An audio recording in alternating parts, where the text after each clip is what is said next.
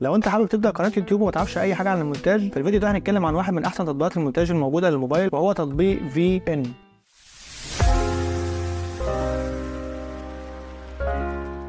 السلام عليكم، ايه الاخبار؟ ان شاء الله تكونوا بخير باذن الله. في الفيديو اللي فات اتكلمنا عن ازاي تطلع باعلى جوده ممكنه من الموبايل بتاعك، وفي الفيديو ده هنتكلم عن واحد من افضل تطبيقات المونتاج الموجودين للموبايل، والميزه فيه ان هو مجاني ومتاح للاندرويد والاي او اس. والفيديو ده للناس اللي ما تعرفش اي حاجه عن المونتاج، لكن لو انت بتعرف تعمل مونتاج فالفيديو ده مش ليك. هنفتح مع بعض التطبيق، هيظهر لك بالمنظر ده، هتلاقي تحت على اليمين علامه الزرقاء دي اللي فيها زائد، هنضغط عليها هيظهر لك واجهه التطبيق. علشان تفتح مشروع جديد لازم تضغط على نيو بروجكت. بعد كده هيظهر لك القائمه اللي تختار منها الصور والفيديوهات اللي انت عايز تعمل لها مونتاج، سواء فيديو واحد او فيديوهات كتير او صوره واحده او صور كتير. من هنا هنختار الفيديو بتاعنا، وليكن ده الفيديو اللي هنشتغل عليه. بالنسبه لواجهه البرنامج من جوه، فانت هتلاقي عندك فوق الفريم ريشيو، والفريم ريشيو ديت اللي هي ابعاد او شكل الفيديو بتاعك، لو انت عايزه بالطول او بالعرض، علشان لو هترفعه على اليوتيوب او هترفعه على التيك توك وهكذا، او على الانستجرام والكلام ده. فانت بتختار من هنا ابعاد الفيديو، احنا هنسيبها اوريجينال او هنختار ابعاد الفيديو بتاع اليوتيوب 16:9 اللي هي بالعرض. وبكده احنا بنعمل فيديو كامل لليوتيوب. في النص بيبان لك شكل الفيديو اللي انت بتشتغل عليه، تحت منه بتلاقي زراير تقديم وتاخير والايقاف والتشغيل. تحت منهم هتلاقي عندك 5 شرايط. الشريط التحتاني خالص هتلاقي عليه علامه سماعه لو انت عايز تكتم صوت الفيديو اللي انت حطيته. العلامه اللي فوقها دي المكان اللي انت بتضيف فيه الفيديو اللي انت هتشتغل عليه. العلامه اللي فوقها دي لو انت عايز تضيف فيديو او صوره تحطها جنبك في الخلفيه وانت بتتكلم. العلامه اللي فوق اللي هي تكست دي لو انت عايز تضيف نص يظهر على الشاشه قدامك. والعلامه الاخيره اللي هي بتاعه الموسيقى لو انت عايز تضيف موسيقى للخلفيه او تضيف مؤثرات صوتيه، الساوند افكتس والكلام ده. كل ده من جوه الاربع 5 علامات دول. من تحت هتلاقي عندك الاوامر الاساسيه في التطبيق. اول واحده عندك الفلترز دي اللي انت تغير الوان الفيديو. ثاني واحده الترم لو انت عايز تقص جزئيه معينه من الفيديو خلاص وتاخده وتعمل له سيف وخلاص. بعد كده الاف اكس دي زي الانتقالات كده في اول الفيديو، تحرك لك الفيديو نفسه، مش انتقاله بين فيديو واللي بعده، لا هي بتحرك الفيديو اللي انت حاطط عليه الاف اكس زي تاثير كده جوه الفيديو نفسه. بعد كده علامه السبليت، وعلامه السبليت ديت تعتبر اهم علامه عندك في التطبيق، لان هي اكتر علامه انت هتستخدمها في التطبيق تقريبا، واللي تقدر بيها تقص الاماكن اللي انت سكت فيها، او الاماكن اللي انت غلطت فيها، او الاماكن اللي انت قمت فيها من الفيديو، او الاماكن اللي انت قمت شربت فيها حاجه وهكذا. يعني مثلا دلوقتي لو انا بشرب حاجه وبعد كده ارجعها تاني بس مش عايز الجزء ده يبقى موجود في الفيديو، فانا بقصه عادي. بعد كده هتلاقي السبيد اللي بتتحكم فيها بسرعه الفيديو، لو انت عايزه سريع او بطيء على حسب عايزه سلو موشن او عايزه سريع. وبعد كده هتلاقي الفوليوم اللي هي موجوده تحت، اللي هي اوريدي احنا اتكلمنا عنها من شويه، اللي هي موجوده تحت خانه الفيديو. ومن هنا بتقدر تتحكم في صوت كل مقطع انت قصيته، لو انت عايز المقطع ده ساكت والمقطع اللي بعده فيه صوت والمقطع اللي بعده ساكت وهكذا، بتتحكم فيه من هنا. هنتكلم على ده دلوقتي. بعد كده الفيد دي لو انت عايز الصوت بتاعك يبتدي بهدوء وبعد كده يعلى، وفي الاخر خالص يبتدي يقل تاني وانت بتقفل الفيديو مثلا او بتقفل المقطع ان الصوت يهدى تاني. بعد كده الكروب لو انت عايز تقص كادر معين من الفيديو بتاعك. بعد كده الروتيشن لو انت عايز تلف الفيديو، تلفه يمين او شمال او تقلبه افقي او راسي. بعد كده الميرور لو انت عايز الفيديو يبقى معكوس، في ناس كتير بتستخدم الحته دي خصوصا القنوات اللي بتعمل فيديوهات مراجعه افلام ومسلسلات. الفليب نفس الكلام بس في الوضع الافقي كده ميرور، كده فليب. بعد كده الفت دي ان انت تعمل له زي ظبطه على الكادر بتاعك. بعد كده البي جي ده لو انت مصور فيديو بالطول وعايز تعمله بالعرض، فبيحط لك خلفيه وراك، فبالتالي يبقى عندك الفيديو بتاعك طولي بس الخلفيه اللي وراك فيها لون معين او فيها شكل معين في بقيه الفيديو. بس طبعا عشان احنا مصورين الفيديو ده بالعرض انت مش محتاج البي جي دي في حاجه. البوردرز نفس الكلام، بيعمل لك حدود للفيديو. البلور دي لو انت عايز تعمل زغلله على الفيديو بس بتزغلل الشاشه كلها. بعد كده الزوم لو ضغطنا عليها بتلاقي زوم ان وزوم اوت وهكذا. لو انت عايز تعمل زوم في جزئيه معينه من الفيديو بتعمل لها قص، وبعد كده بتقوم مختار وضعيه الزوم سواء زوم ان او زوم اوت وهو بيقرب او يخرج وهكذا. بعد كده اكستراكت فيديو لو انت عايز تفصل الصوت عن الفيديو نفسه. يعني مثلا في الوضعيه دي لو احنا ضغطنا على اكستراكت فيديو بيقوم هو فاصل لي صوت الفيديو ورافعه لي فوق في خانه الموسيقى. كده انت ممكن يا اما تقصه يا اما تعدل عليه يا اما تحذفه خالص وتسيب الفيديو من غير صوت بدل ما تعمل كتم للفيديو. بعد كده الاوتو كابشنز ودي اللي بتخلي الكلام اللي انت بتقوله يظهر قدامك على الشاشه، بس للاسف اللغه العربيه فيه مخرفه على الاخر، والكلام العربي اللي احنا بنقوله ده مش بيتقال، هو تقريبا محتاج اللغه العربيه الفصحى اللي احنا ما بقيناش بنتكلم بيها. بعد كده موزايك ديت نفس البلور بس على جزئيه معينه من الشاشه. لو انت في جزئيه معينه في الفيديو بتاعك محتاج تعمل لها بلور، هي دي الموزايك. لو ضغطنا عليها مثلا انا حطيت موزايك دي على وشي، لا حطيتها مثلا على الجنب كده على اللوجو مثلا وهكذا، حطيتها على اي جزئيه من الفيديو، جزئيه معينه من الشاشه انت مش عايزها تبان، وبتتحكم من شكلها وجودتها من هنا. دي طبعا انت بتشوفها في البرامج الاخباريه لما يبقوا عايزين يخفوا وش حد معين. اللي بعد كده الماجنيفاير دي اللي هي العدسه. لو انت عايز تعمل زي عارف انت العدسه اللي هي بتبقى بتقرب وتبعد دي، عارفها اهي. لو انت عايز تكبر جزئيه معينه من وشك وتسيب الباقي صغير، لو انت عايز تكبر جزئيه معينه في الشاشه تبقى هي اللي بارزه، لو انت حاطط كلمه وعايزها تبقى هي اللي بارزه، وهكذا. وانت بتختار انت عايز شكل الماجنيفاير ده ايه، بس انا مش بستخدمها. بعد كده الريفرس دي اللي هي عكس لو انت عايز المقطع بدل ما يبقى ماشي لقدام لا يرجع لورا، اللي هو ايه فلاش باك. لو انت عايزه يرجع بظهره مش يطلع لقدام لا يرجع لورا، دي ريفرس. بعد كده الفريز، لو انت عايز لقطه معينه من الفيديو تقف مكانها وما تتحركش، تتعمل كانها صوره. لو جينا عند لقطه معينه وعملنا عليها فريز هيحولها لصوره زي ما انت شايف كده. هو دلوقتي بقت صوره ثابته ما بتتحركش، انا بحرك الفيديو اهوت بس هي ثابته ما بتتحركش، يعني دي بقت صوره مش فيديو. لو انت عايز تثبت حته معينه من الفيديو، لو انت بتعمل مثلا محتوى افلام او كده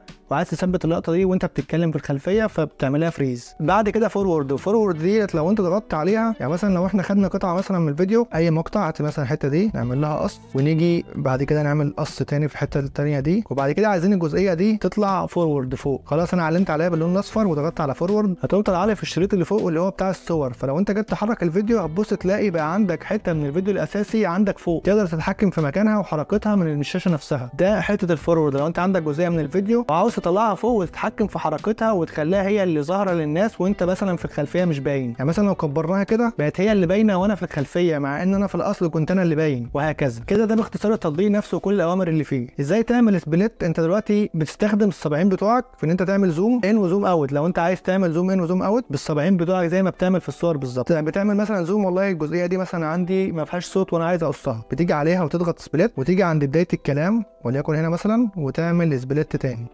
كده. الجزئيه اللي في النص دي هي اللي ما فيهاش صوت، اعلم عليها باللون الاصفر واضغط على ديليت وهكذا. طب انت مش عايز تعمل لها ديليت، عايز تعمل لها سبيد تسرعها مثلا، طب عايز تكتم لها الصوت بتاعها، تضغط على علامه الفوليوم دي وتقوم جاي هنا على علامه السايلنت وتقوم عامل سايلنت للصوت. ده بالنسبه للسبليت وحذف جزء معين من الفيديو والكلام ده. طب دلوقتي لو انت ضايف فيديوهين، فيديو وبعد كده فيديو، وعايز تعمل ما بينهم انتقاله بشكل ان هو يدخلهم في بعض كده او يبقى في بينهم شكل كويس بدل ما يبقى داخلين قطع على بعض كده، بتلاقي بين الفيديو واللي بعده او بين جزء من الفيديو والجزء اللي بعده طالما انت عملت بينهم سبليت بتلاقي علامه الزائد دي، تضغط عليها وبتختار شكل الترانزيشن اللي انت عايزه. والله مثلا انا عايز الترانزيشن بتاعي زوم كده، او عايزه مثلا حركه زي دي مثلا كده، عايز اشكال، ده بيبقى الشكل بين الفيديو واللي بعده. هي دي الترانزيشنز ببساطه، ان انت بتخلي في شكل بين فيديو واللي بعده عشان لما الفيديو الثاني يشتغل ما يبقاش شكله ان هو جاي منين ده ويبقى شكله غريب. فده بالنسبه لجزئيه الترانزيشنز اللي هي الانتقالات بين فيديو والتاني. نيجي بقى على الخانه اللي بعدها وهي اللي انت بتضيف منها صور او بتضيف منها اللوجو او اي حاجه. لو ضغطنا عليها هتظهر لك ان انت تضيف فيديو او صوره، نفس الكلام اللي احنا قلنا عليه من شويه. وليكن مثلا هنضيف صوره، هات مثلا الصوره دي دلوقتي هي الصوره اتحطت قدامي على الشاشه، اضغط على الصوره فيتعلم عليها، بعد كده احط ايدي على الشاشه واحرك الصوره مكان ما انا عايز. لو ضغطت على الصوره هتلاقيها طلع عليها حدود، ممكن تكبر منها الصوره وتصغرها وفي نفس الوقت تنقلها في اي مكان انت عايزه، وعندك علامه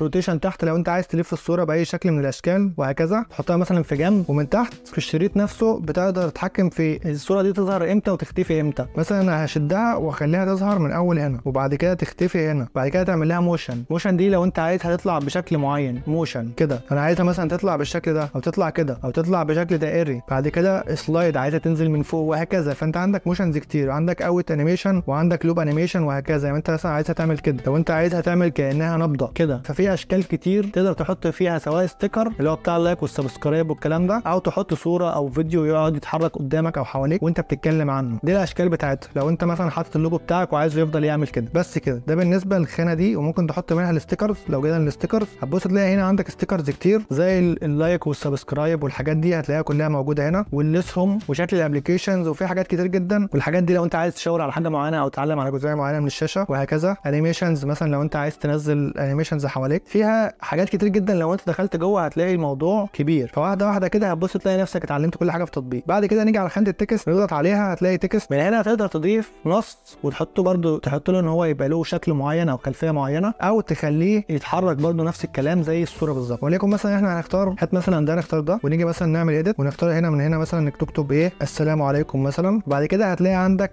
في النص في حاجات كتير، من ضمنهم مثلا اللي في النص دي ان انت تختار لون النص وليكن كده مثلا، او شكل النص نفسه لو انت عايزه مثلا الاشكال اللي فوق ديت اللون ده او الشكل ده وهكذا، او حاجه ليها خلفيه وليكن زي ده الكتابه سوداء والخلفيه بتاعتها بيضاء، او العكس، او الوان تانية براحتك بقى زي ما انت ايه تختار. البوردر ده اللي هو الحدود الفونت بتاع الكلمه نفسها، انا عايز مثلا اخليها اسود، يبقى الكلمه بيضه وحواليها برواز اسود. تمام. طيب بعد كده الشادو ده لو انت عايز ظل يكون طالع من الكلمه، يكون محوطها زي ده مثلا، تحس ان الكلمه ليها انعكاس ورا. بعد كده الباك جراوند هو اللون الاصفر نفسه، لو انا عايز اغيره خليه احمر مثلا، برتقاني كده يعني. ده بالنسبه لشكل النص. كده انا عدلته. والله انا عايزه يفضل مثلا طول الفيديو، اصغر شكله من هنا واحطه جنبي هنا مثلا، ويفضل مثلا جنبي طول الفيديو. بسحب من هنا بتلاقي عندك سهمين، سهم رايح كده وسهم رايح كده حوالين النص اللي انت حطيته. لو انت جبته كده من اول الفيديو وبعد كده جبته لحد اخر الفيديو مثلا اهو كده، هيفضل موجود عندي في الفيديو بتاعي طول الفيديو. ده لو انت بتضيف نص معين او بتضيف اسمك وهكذا. طيب انت عايزه يتحرك او يتحط على الشاشه بتاعتك بشكل معين، برضو نفس القصه. موشن اهي، في عندك موشنز كتير. هات مثلا دي، انا عايزه مثلا والله يتحرك كده او كده، بس هو كده مثلا سريع قوي، انت عايز تبطئ الحركه بتاعته. في هنا الديوريشن اللي هو التايم بتاعه، المده، تيجي هنا تزودها تخلي الحركه بتاعته بطيئه، يعني مثلا نخليه ايه كده. شوف هو بقى بيلف بالراحه. ده نفس القصه في الصوره، لو انت عايز الصوره تلف بالراحه هتلاقي برضو انت بتختار الانيميشن اللي انت عايز الصوره تطلع بيها على الشاشه، هتلاقي برضو ظاهر لك كلمه ديوريشن اللي هي المده اللي انت عايز الصوره تتحرك فيها، سواء تطلع كده او بتلف او اي شكل انت اخترته. تمام. انا هخليه يلف بالراحه كده. بعد كده نيجي في خانه الموسيقى. الخانه دي انت بتضيف منها الموسيقى اللي في الخلفيه، او بتضيف الساوند افكت، او بتعمل منها فويس اوفر لو انت عامل فيديو ومصوره وعايز بقى تتكلم عن الفيديو ده. من هنا بتلاقي اضافه موسيقى واضافه مؤثرات واضافه الفويس اوفر. لو ضغطنا مثلا على ميوزك بتلاقي في خانه هنا فيها موسيقى، او ممكن تجيب من ماي ميوزك تضيف موسيقى هنا من الفايل اب، او تخرجها من فيديو. لو انت عندك فيديو فيه موسيقى كويسه بتعمل اكستراكت فروم فيديو، تجيب الفيديو تاخد الموسيقى بتاعته. طيب نيجي مثلا هنا، والله انا عايز اعمل فيديو مثلا عن الفلوجز وقمت جاي والله هختار الموسيقى دي مثلا،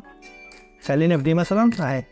طيب انا هاخد الموسيقى دي عملت لها يوز. الموسيقى دي دلوقتي مدتها دقيقه و45 ثانيه، فانت هتحتاج تكررها على مدار الفيديو، او لو عايز تحط موسيقى غيرها بعد كده براحتك. يعني عايز الدقيقه و45 ثانيه يخلصوا وبعد كده تضيف موسيقى جديده، فانت معاك حريه الاختيار، يا اما تبقى الموسيقى ثابته على مدار الفيديو كله، يا اما تبقى الموسيقى بتتغير، فانت تحط موسيقى في كل جزئيه معينه من الفيديو. طيب بعد ما انا اخترت الموسيقى، والله انا عندي دلوقتي مستوى الموسيقى. دلوقتي لو انت بتتكلم ما ينفعش تبقى الموسيقى في الخلفيه عاليه بغباء. لو انت بتضيف موسيقى في الخلفيه ما ينفعش تبقى الصوت عالي عشان المستمع يعرف يسمعك. فانا مثلا بخليها على 2، وفي نفس الوقت عندك الفيد ان والفيد اوت اللي قلنا عليها من شويه. لو انت عايز الصوت يبدا هادي وينتهي هادي، يعني مثلا لو انا جيت عليت الفيد ان والفيد اوت كده الصوت هيبتدي هادي. نجرب مثلا مع بعض كده. انا ضفت الموسيقى اهو، خليها نبتدي من اول الفيديو ونقوم شغالين، بدات هادي وبعد كده تبتدي تعلى وهكذا. بس فده بالنسبه لاضافه الصوت. نفس الكلام باضافه المؤثرات الصوتيه والحاجات دي. لو انت ضغطت على اي جزئيه من الفيديو، سواء الصوت او التكست او الصوره او الفيديو او اي حاجه، هتلاقي فيه اختيارات موجوده هنا. ريبليس ديت تبدل، يعني لو انت ما عجبكش الموسيقى اللي انت حاططها او الصوره اللي انت حاططها وعايز تبدلها، تحط واحده ثانيه بدل ما تعمل لها حذف وبعد كده تبتدي تحط صوره ثانيه وتبتدي سنتر مكانها والحاجات دي، لا بتقوم جايب ريبليس، تقوم مختار صوره ثانيه او تختار موسيقى ثانيه وهكذا. شوف انت بتعمل تبديل ليه بالظبط. بعد كده البيتس ديت الناس بتستخدمها في السوشيال ميديا. لو انت حاطط موسيقى فيها مثلا نغمه عاليه وبعد كده بتهدى وبعد كده تعلى وبعد كده تعلى وهكذا، بتشوفها كتير على التيك توك بالذات. بتلاقي الصور بتتحرك مع النغمات، هي دي طريقه البيتس. بيستخدموا البيتس في الحته دي، ان انت تخلي الصوت يتحرك مع النغمه. بعد كده الاوبشنز دي اللي احنا كنا فيها من شويه، ان انت تعدل حده الصوت وتعدل الفيد ان والفيد اوت. بعد كده عندك لوك، لو انت عايز توقف او تقفل الجزئيه دي خلاص، لو انت جيت تتحرك في التطبيق ما يحصلهاش اي مشكله وما تتحركش معاك او تتغير. بعد كده عندك دبليكيت، لو انت عايز تعمل لها دبليكيت مثلا لفوق، انت كده عملت دبليكيت للفويس والله، واقوم واخده سحبه كده حطه في الجزء اللي بعد كده، فكده الفيديو اصبح فيه بدل ما كان فيه دقيقه 45 ثانيه الموسيقى دي بس، لا بقت دي دلوقتي بقت الضعف. طيب اعمل دبليكيت تاني واخد الجزئيه دي احطها بعد كده، واعمل دبليكيت تالت والجزئيه دي احطها بعد كده. والموسيقى او الصوره او ايا كان بتحط ايدك عليه وتحركه، بيتحرك معاك على مدار الشكل بتاعك كله. وعندك برده خانه ديليت، لو انت عايز تحذفها خالص اهي. تعلم على الحاجه، لازم تعلم على الحاجه وتعمل ديليت، او تعلم على الحاجه وتنزل تحت مثلا تشوف ايه الاوبشنز اللي متاحه ليها. البوزيشن مثلا، والله هنا مثلا بوزيشن انا عايز احركها كده من هنا وهكذا، بس انا بستخدمها من فوق هنا اسهل يعني. بعد كده بعد ما تخلص خلي بالك بقى في الاخر هنا خالص في اخر الفيديو التطبيق بيحط لك الجزئيه دي او الشاشه السوداء دي يستحسن انت تعمل لها ديليت، تعلم عليها كده باللون الاصفر وتعمل لها ديليت عشان ما تبقاش موجوده. دي بيقول لك ايه، تم انشاؤها بواسطه فلان اللي هو اسمك في التطبيق ده، كأن انت مدير انتاج وده الفيديو بتاعك، فدي ملهاش لازمه، احذفها احسن. بعد كده بقى لو انت عايز تخرج الفيديو، فانت عندك الزرار اللي فوق على اليمين ده اللي هو الازرق. دلوقتي عندك الاوبشنز انا مختار مثلا ال 4K. والله انت مصور الفيديو على فول اتش دي وعايز تحطه على اليوتيوب واتكتب جنب منه كلمه 4K، اضغط على كلمه، هتلاقي مثلا الاختيارات دي موجوده كده. خليه بدل ما كانت اوتو، لا ما تخليهاش اوتو. مثلا لو هي ظاهره عندك اوتو ما تخليهاش اوتو، خليها مانوال. اضغط على كلمه مانوال وبعد كده هات الريزولوشن خليه 4K. كده الفيديو هيخرج لك على الموبايل 4K، وبعد كده ارفعه على اليوتيوب 4K، وبعد كده احذفه من على الموبايل عشان ما ياخدش مساحه كبيره. الفريم ريت والبيت ريت خليهم زي ما هم احسن، ما تلعبش فيهم. بعد كده هنعمل اكسبورت. كده الفيديو هيتم تحميله ان هو يخرج من التطبيق، وبعد كده تبتدي ترفعه على اليوتيوب، هيظهر لك بشكل 4K على اليوتيوب بعد ما انت عملت مونتاج وبعد ما انت عملت كل الكلام ده. بعد كده بنسيب الموبايل يخرج الفيديو من التطبيق، وبنبدا بقى ان احنا نجهز الصوره المصغره، واللي ان شاء الله هنعمل عنها الفيديو الجاي باذن الله. فما تنساش تعمل لايك وتشترك في القناه وتفعل زر الجرس وتستنى الفيديو الجاي ان شاء الله. ولو عندك اي سؤال اكتبه لي في كومنت تحت الفيديو. سلام.